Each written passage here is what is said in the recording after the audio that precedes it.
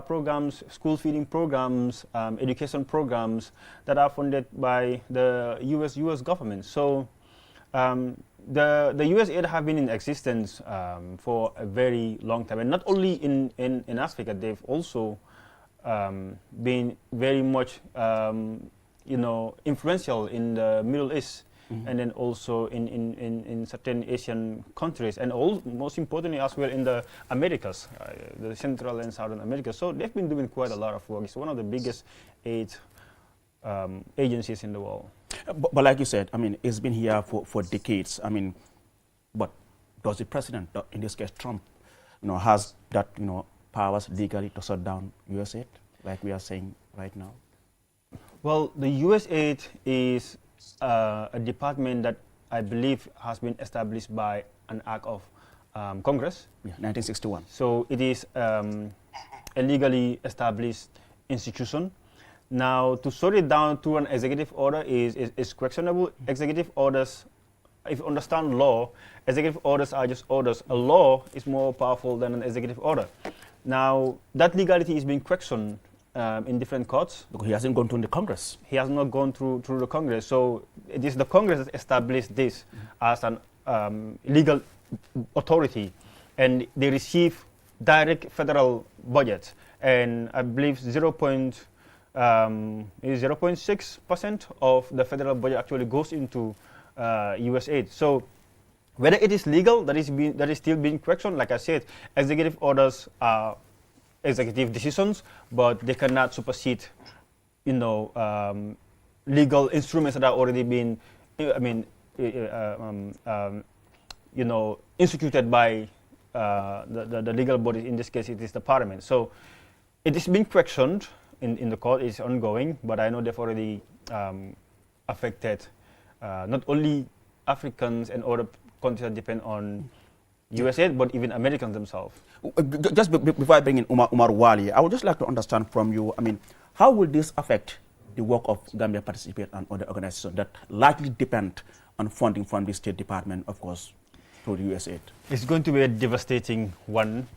For the past 9 years, we have been holding the civil society space. There are so many civil society organizations that in this country doing a lot of work, but with the work we do at Gambia Participate, it's really possible through multiple donors. But the US, 90% of our funding comes from the US government. So it's going to be challenging. It's an understatement. It is going to be a devastating issue. But with the presence of other donors, hopefully things are going to be better, and then hopefully as well Congress get to step in. But it is going to be challenging. It has already put most of our very fundamental intervention areas on hold. Interesting. Right? And these are issues that are very, very urgent. But with a stop work order, you just have to... Interesting. I will come back to that, and then, we will look at the specifics. Like I said, I mean, we are also joined on the program by US-based Gambian journalist Umar Wali. Umar, thank you so much for joining us on the program despite your busy schedules. I mean, we have seen a list, containing names of countries where actually whose citizens are going to be deported. I mean, on the list, we're seeing 1,035 Gambians to be deported. Actually, this issue has really generated a lot of confusion in the country.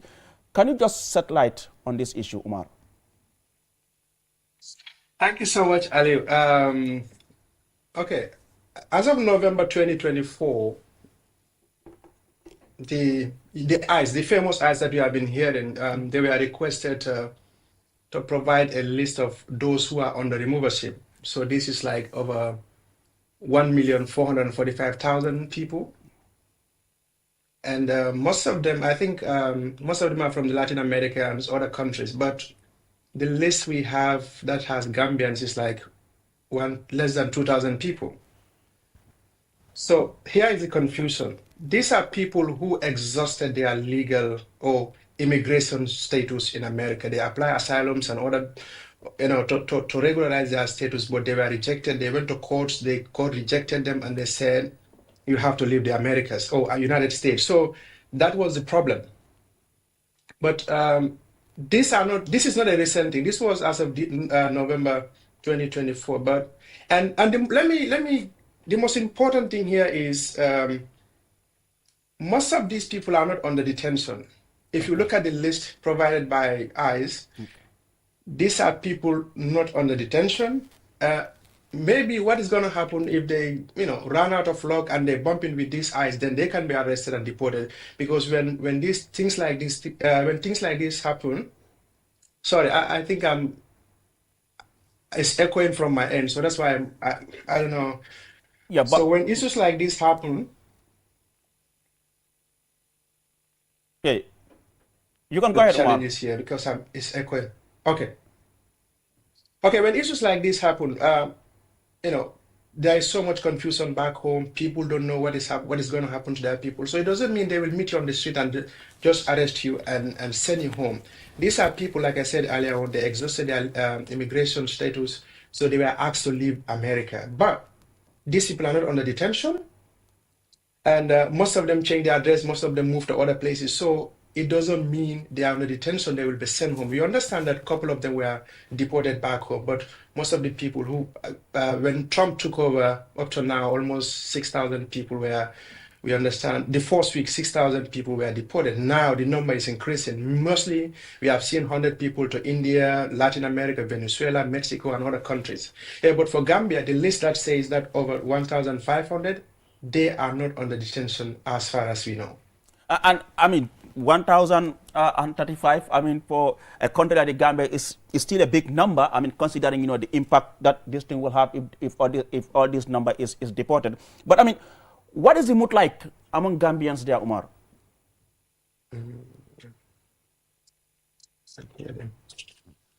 Omar? Mar, okay, let me just bring it. It seems we're struggling to keep in touch with Okay, I Umar. can hear you now, Ali. Yes, Umar. I'm just asking, I mean, what is the mood like among Gambians in the United States right now? Well, what I know, I live next to New York, so this is like a hot spot. Okay. We understand that places like New York, San Francisco, that's where they are detaining people. So there are so many Gambians who are undocumented. Some of them are fearful, not only here, but even back home, the family. So there is so much tension, there is chaos and turmoil among people here. Yes, I mean those undocumented. And I mean, how was the support of Trump among Gambians ahead of the election? Well, what I understand was that a handful of Gambians that I spoke to supported Trump because, the behavior of the Democratic Party has an effect on, Joe Biden was old, he's supposed to leave. They were like, his performance at the debate was poor. And the issue of Gaza came in the Israel, and they felt that he did not take the right steps. So that's why they were voters, Arab, they were Arab for Trump and so on. So, we have a huge Arab population, especially in Minnesota. So they decided to throw their support back behind Trump. And that was a problem with immigration, the back waiting. Most Africans and other nationals will take these Latin American countries from Nicaragua coming all the way to Mexico, and they will enter the United States. So Trump used that as a campaign bargaining to get support from people. So eventually he was able to win, and it was a massive landslide for him. But there were consequences, of course. And that is the deportation, the USAID that Mar has been talking about. I know Mar is talking about the civil society and so on.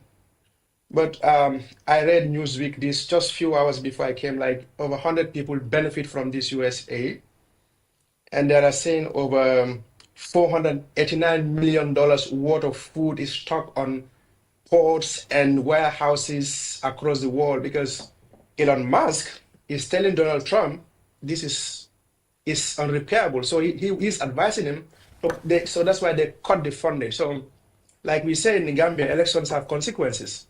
So this is the consequences of having Donald Trump as president of America. Let me not bring in Mar here. I mean, do you think Donald Trump is doing this in the interest of the United States, or he's doing this just to satisfy his support base? No, he's not doing it for the America First program, because if you look at the consequence of his policy decisions, it has affected thousands of lives in the United States. USAID do not only fund organizations outside the US, they also fund organizations in the US. There are a good number of dozens or hundreds of organizations that solely depend on US funding. Now, all of those organizations have been, they've been closed because they could not sustain their staff. Number one. Number two, if you look at the State Department itself, the Trump administration have already started laying off good number of Americans. I was reading one post on social media, and the guy was saying in 2 weeks, I'm going to go homeless. Me and my wife are going to go homeless because they both lost their job because of this Trump decision. So, this whole stuff is just crazy, because I think, when you listen to one of the interview that Donald Trump did, he said there's so much wasteful expenditure, and Elon Musk and the Dodge, they're going to cut a lot of funding, and this is something that Elon Musk wanted to do for a very long time. So we now have to connect the dot.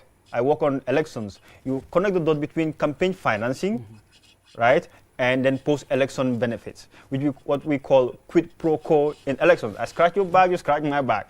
So Elon Musk put $340 million in Donald Trump's campaign, right? 50 million was given daily to Americans, right? In Philadelphia, he's already facing case of vote buying, potential vote buying. Now, 290 million was expended on Trump's administration. Right after that, Elon Musk was given the position to head the Dodge, and he is not an employee of the U.S. government. He is a special employee of the U.S. government. So all of these things that he is doing, also targeting USAID, you also have to remember that USAID was investigating Starlink, a company that is owned by Elon Musk, for creating certain terminals that were used in Ukraine during the Ukraine-Russia war. So he was being investigated by USAID. Right after he got office, the first thing he did was to go and shut down USAID. So there is high potential of, not potential, there is high conflict of interest in this case. They call it the billionaire government, right? The capitalist government. So to answer your question, this is not only affecting Africans or Asians or other parts of Americas, but also Americans themselves. I read another post from somebody else from Texas. He is Republican. I mean, Texas is a red state. And he said he and his wife moved from one city in Texas to another because the wife got a new job. But once Trump get into office and make these executive orders, laying off some of this stuff, and some of those executive orders actually affected the wife and the contracts that he was supposed to take, right? Now, when they arrived to their new settlement, they emailed the wife that your contract has been cancelled or put on hold because of this. And then the husband was like, I know Trump didn't mean to hurt us Americans. We've been rallying behind you, we voted for you, but this is our situation. Now you have millions of Americans right now whose grocery store budget is going to go up because of the executive decision that he has made. So it's going to be a difficult period for Americans as well as non-Americans.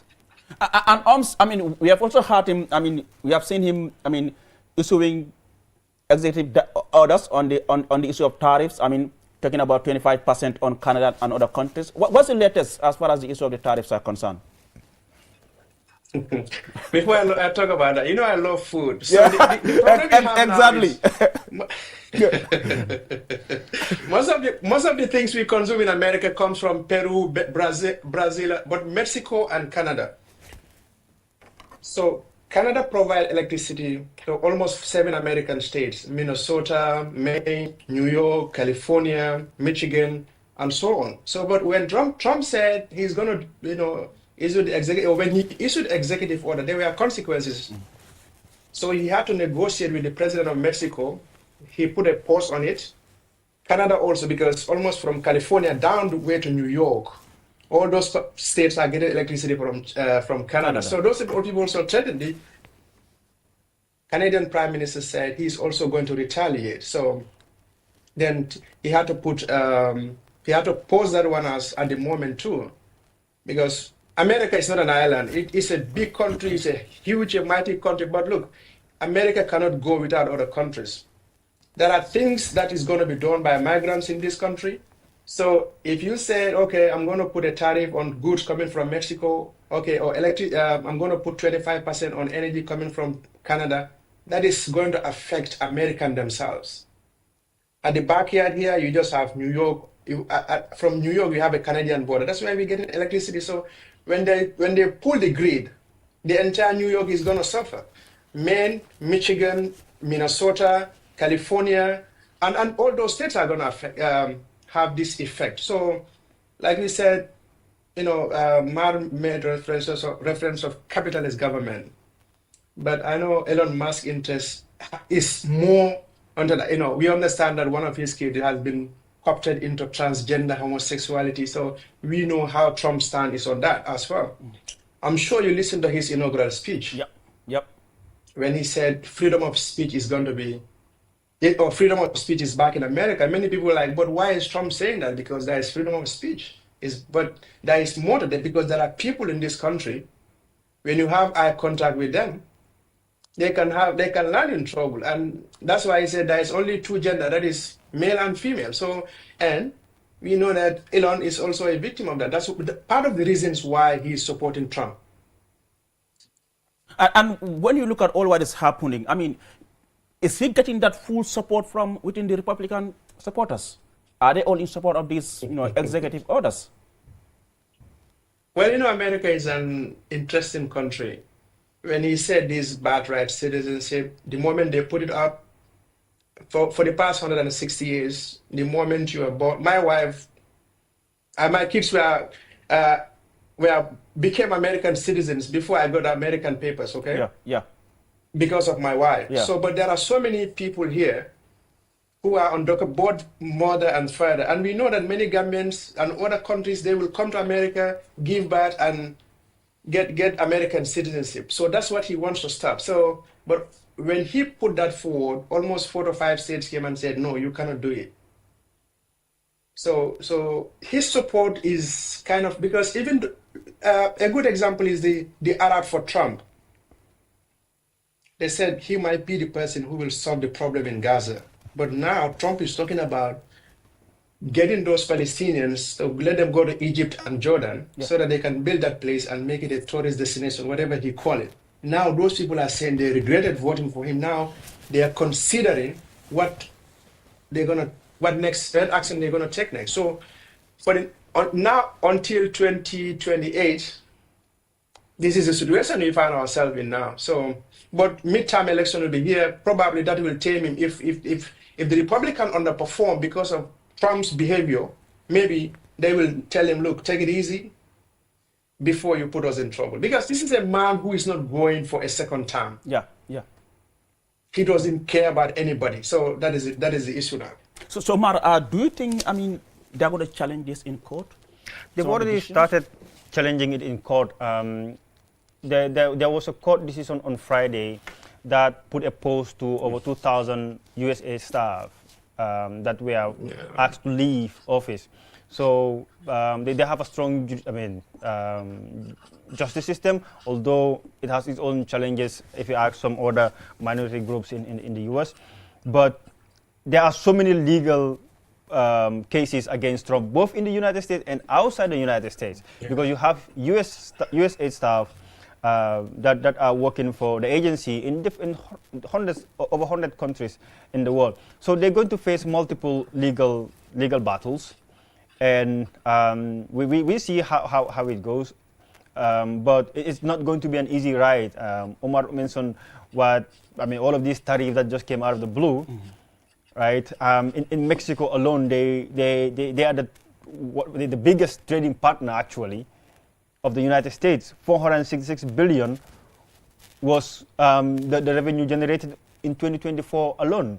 Then you have China, then Canada, then you have the other European countries, Germany, and so. So when Trump was bragging about this tariff and Mexico came and said they're going to put a tariff. China also retaliated, and then also Canada retaliated. They had to calm down a little bit and negotiate. So to answer your question, yes, it's going to be a difficult period for the Trump administration. And I also see post-Trump investigations that are going to be initiated on Elon Musk, on Donald Trump, and then also don't forget that he has fired inspector generals, right? Especially those that have been investigating his case, right?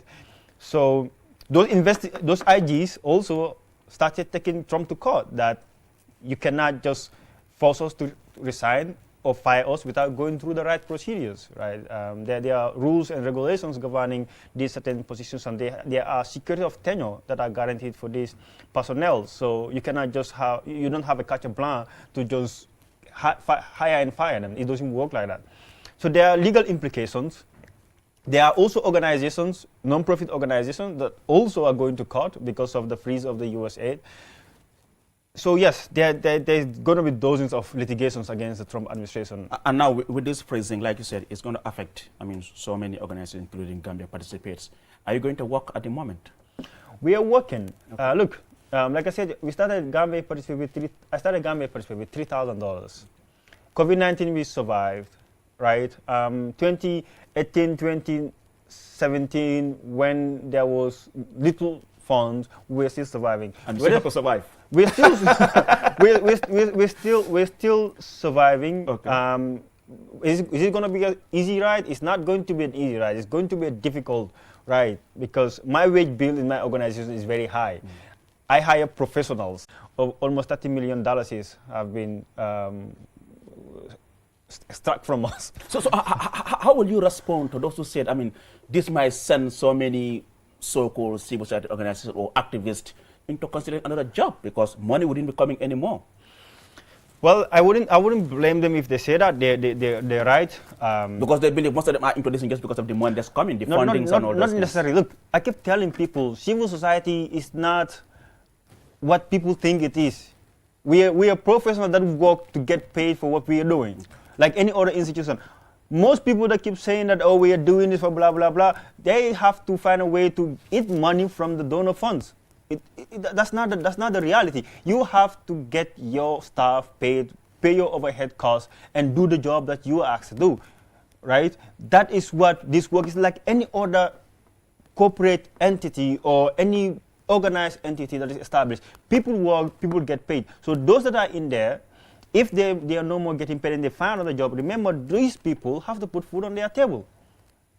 Right? So if staff in different civil society organizations are leaving the job, going to corporates, going to other institutions, you cannot blame them.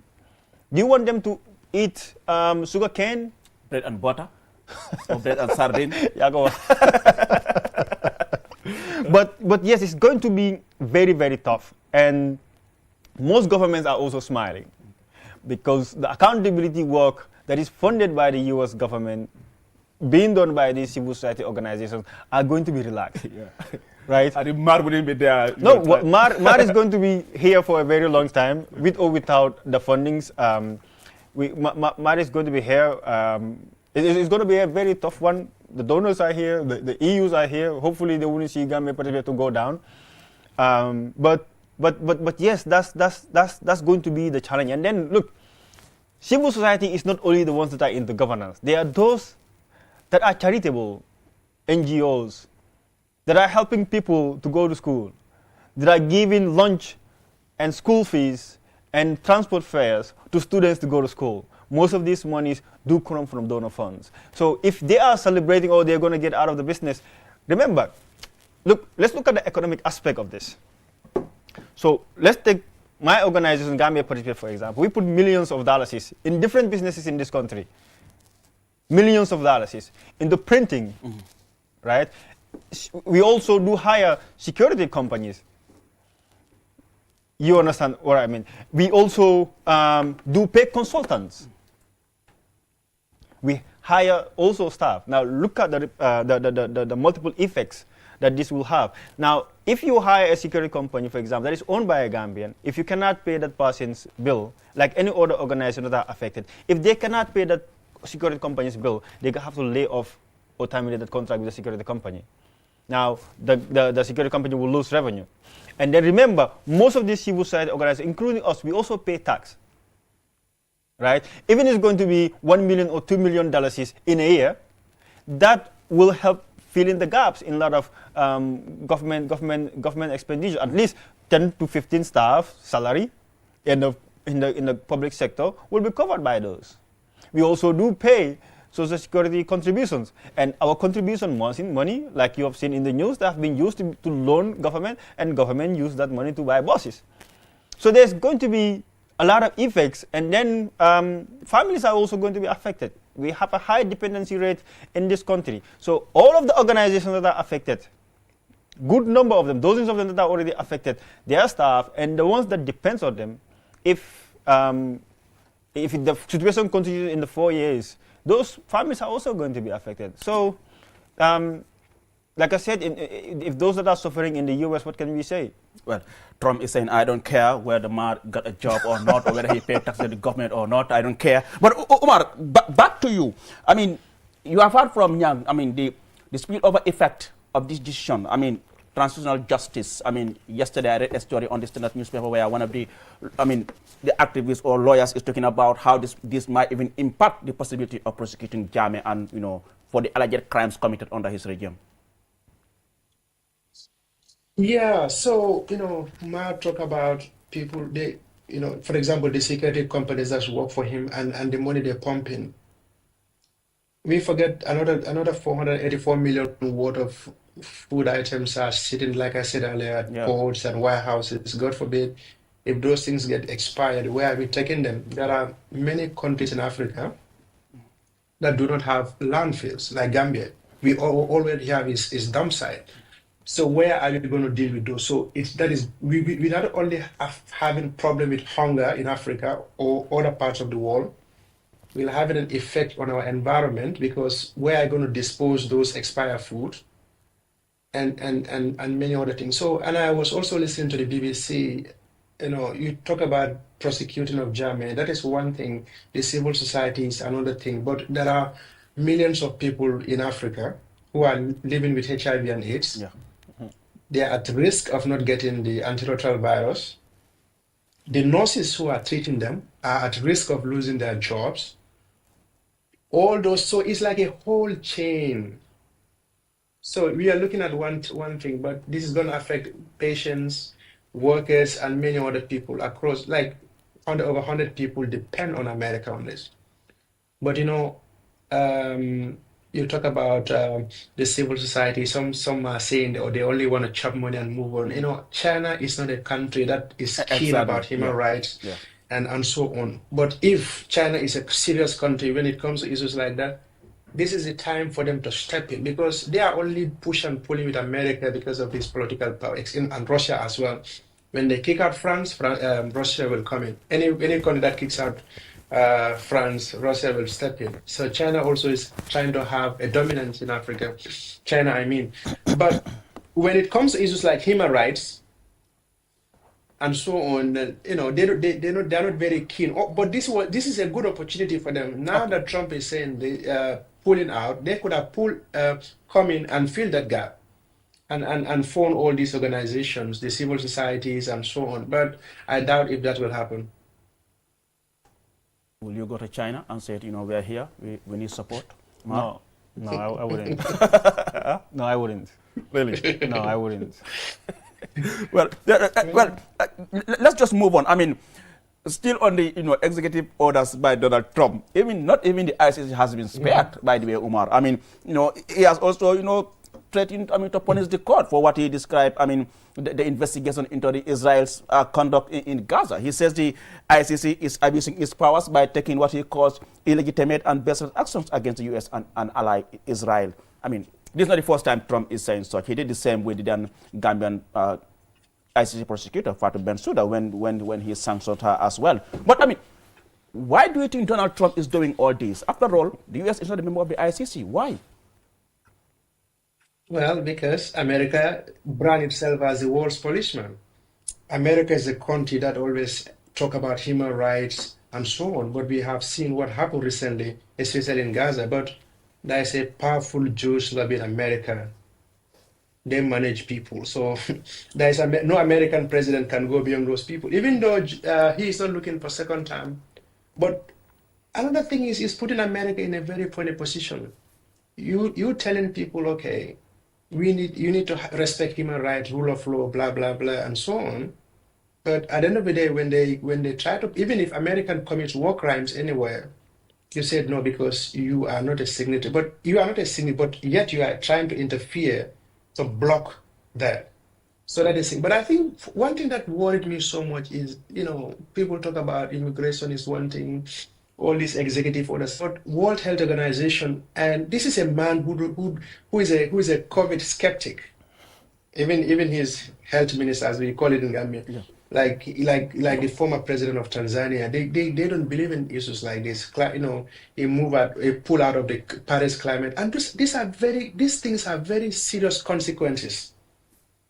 But our focus tend to be more on immigration. Okay, he wants to deport people. Fine, that's a serious. But World Health Organization, Africa rely or depend on this organization on HIV treatment, tuberculosis, and all these things. So I think we are on uncharted waters now. In But addition to that, Matt, is he sending a message to the world Yeah. that you touch Israel, US come after you? well, before I answer that question, to add on what Omar Wari just said, U.S. is biggest funder of the World Health Organization. Between 2024 and 2025, almost $1 billion is what the U.S. is putting into World Health Organization, followed by the Gates Foundation, which is about $650 million. And then you have the Gavi Alliance and then European Commission. So Trump pulling out the plug, pulling out the U.S. support, which also means today the WHO is going to be underfunded, number one. Number two, if you have to face another pandemic or epidemic, the research work that has to be done, and then also other issues that have to be done, will not be able to realize that within a short period of time. And as a result, millions of people are going to die, just like during the COVID. So that is one of the consequential effects of this administration's executive orders. To answer your question regarding Israel, Yeah. I think... Is he sending a message to the world that you touch them, we come after you? Well, as Umar said, the Latino votes increased by double digits in the 2024 elections. The black votes increased to the Republicans significantly, unexpectedly.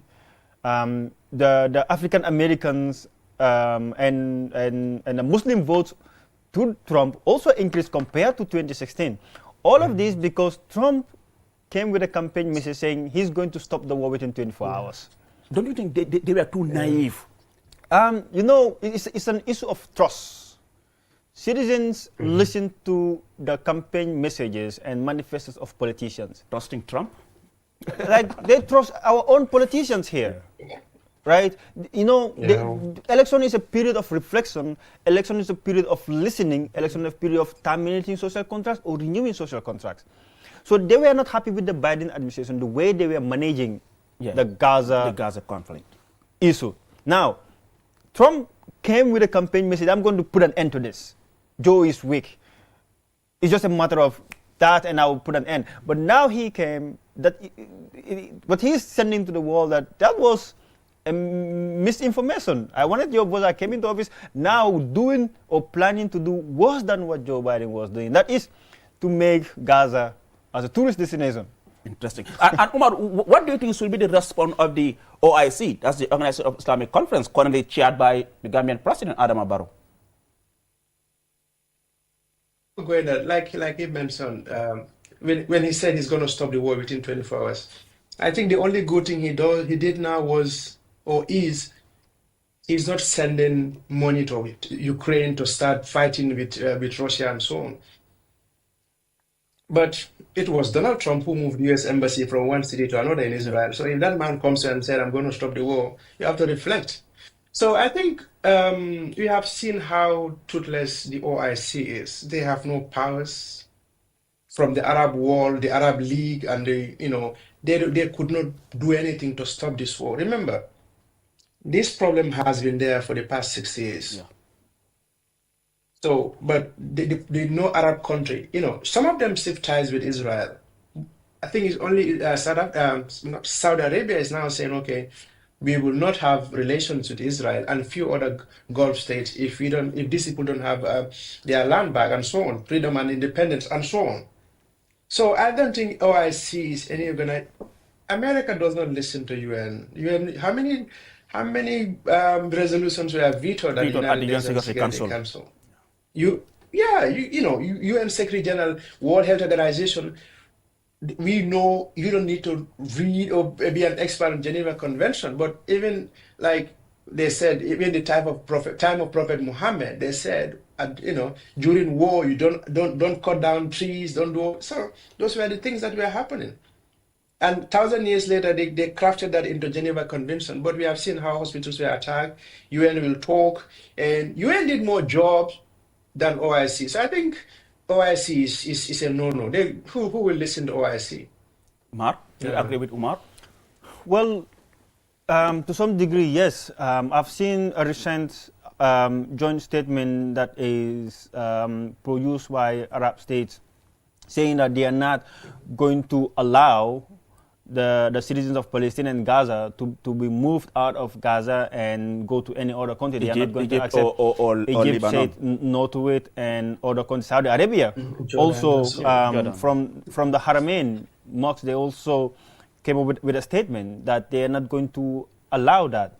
Now, whether they are as bold as the U.S. government, I don't think so, because when Joe Biden stood and said, for all the countries that wanted to support Palestine or fight against Israel, 3 words: don't. That's what he said, and all stopped. Now, whether they could do better, I think definitely so. Not only in Gaza and other countries. I think no one deserves to die. I think no one deserves to die. Like what is happening in Palestine, or what happened in Myanmar, or what happened in the Uyghur camp, or what is happening in DRC Congo. I think anybody else that kills women and infants, children, innocent people that has nothing to do with this issues, right? They are not Hamas. They're just innocent people that happen to born in this place. If you kill them, you're nothing but a rebel. But are you saying then there's that sort of double standard on the side of the U.S.?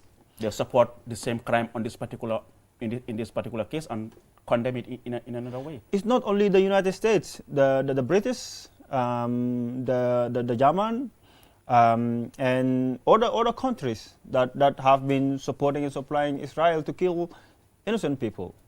So I think those children don't deserve to die like that. They are not Hamas. They know nothing about Hamas. We're talking about infants of 2 months old, 3 months old. So Umar, and Israel called them, these are human animals. That's how they describe them. So they are not seeing these people as human beings.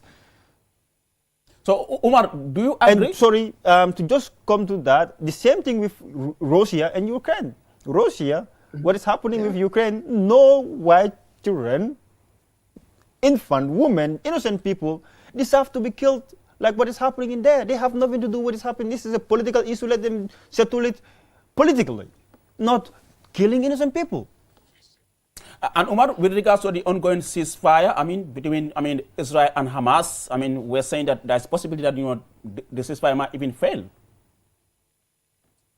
Yeah, because I think I heard the Prime Minister of Israel saying that if by Saturday they don't release all the detainees or the hostages, they will start fighting. But he's going to resume the fighting in Gaza. The double standard we're talking about, America was clapping for ICC when they issued an arrest warrant for Russian President Vladimir Putin. But now they are saying no.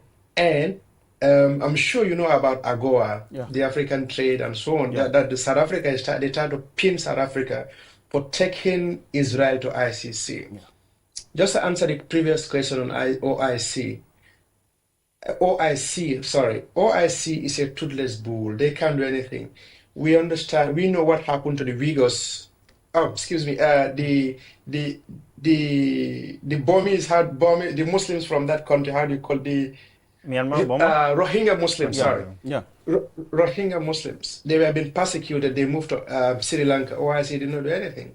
So it was Gambia that took that country, drag Burma to ICJ, whatever it is. But it's the same Gambia is having relationship with China, and China is doing the same thing with the Uyghur Muslims in Xinjiang. They're sterilizing them, they put them in concentration camps, and so on. So it's about what benefits you is your interest. So there is hypocrisy all over the world. The OIC cannot do, they could not stop Burma from doing this thing, and countries like Gambia and others, you took Burma to the court, but now you're whining and dining with China, and China is doing the same thing to Uyghurs.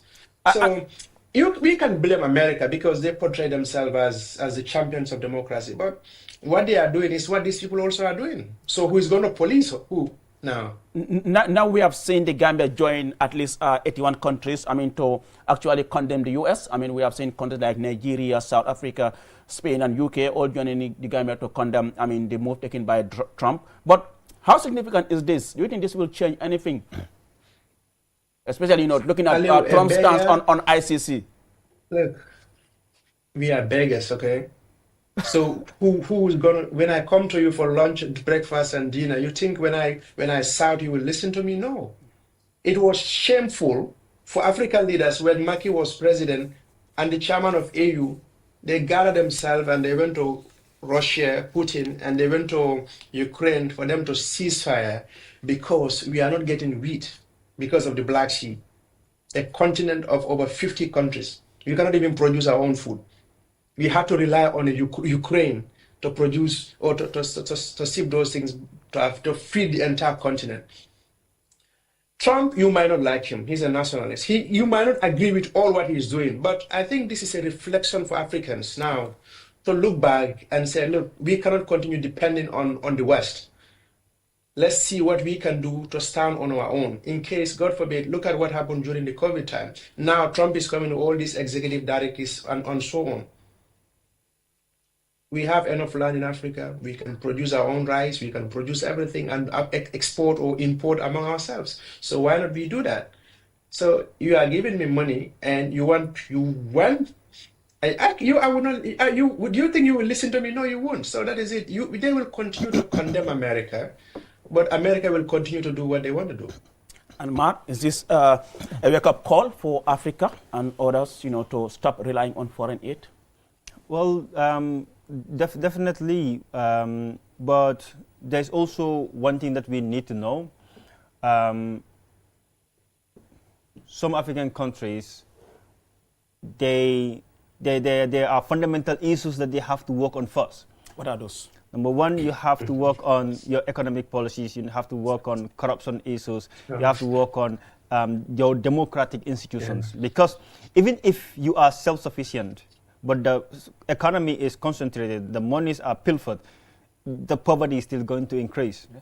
Yeah. So that is one thing. And then no African country that I know of, maybe it exists, but I have not come across any African country that gives civil society money and then said, hold me accountable, work on corruption or what have you. No.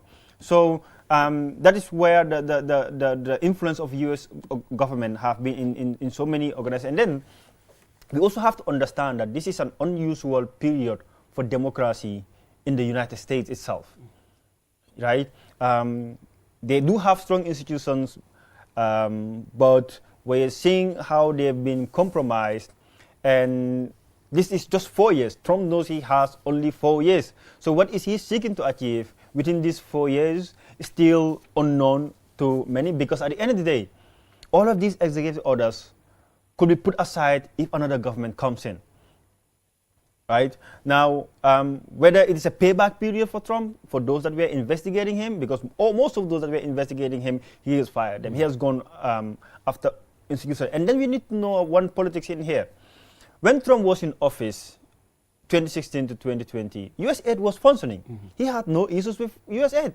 But the problem is, it is Elon Musk that have issues with USAID, put $350 million on Trump's campaign, came in, and then started targeting USAID. And then Trump's daughter... Is that a captured state sort of? I mean, you have associates who will come and sponsor your campaign, you win, and they take control. That's what I'm saying. That's why I said quid pro quo in politics. I give you money, and then you give me the power and authority. That's what Elon Musk wanted. Power and authority. He got it. And he can access... he has accessed the Treasury Department, he has shut down USAID, he has cut down certain fundings, and he has accessed sensitive information. The court though said they should delete all those information, but since they've accessed that, no one knows how they've used those information. Now,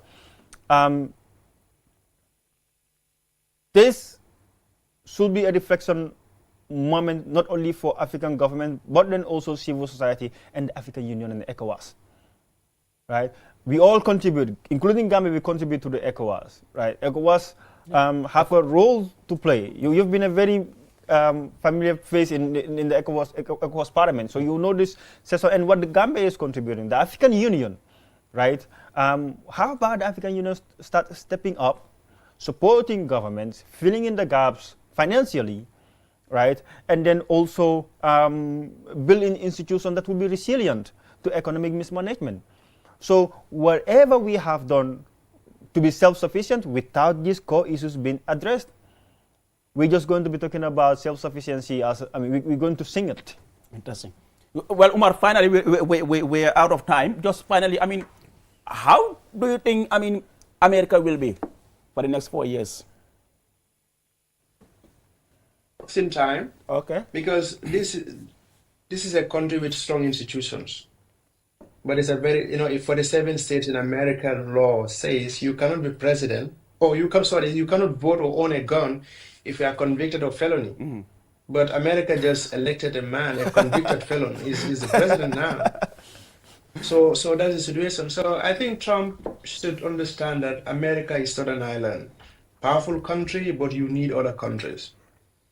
It's not a good idea to pull out of WHO or this climate accord and so on, and many other things. Like even neighboring countries. We get some food items from Canada here, from Mexico, just at the border here, in Peru and other places. So I think he has to be cautious about some of these things, or else, he might backpedal this country. Yeah. Thank you so much, gentlemen, for your time. For actually sharing your thoughts and analysis. And thank you for watching. Mar Nyang, Executive Director, Gambia Policy. It was good to have you on the program. And Umar Wali, US-based government journalist. Thank you so much, for agreeing to share your perspectives with us on the State of Affairs program. I quite appreciate your time despite your busy schedule. Well, viewers, with that, we bring an end to this week's edition of your weekly State of Affairs program. Do join us next week. Until then, bye-bye from me and the entire team.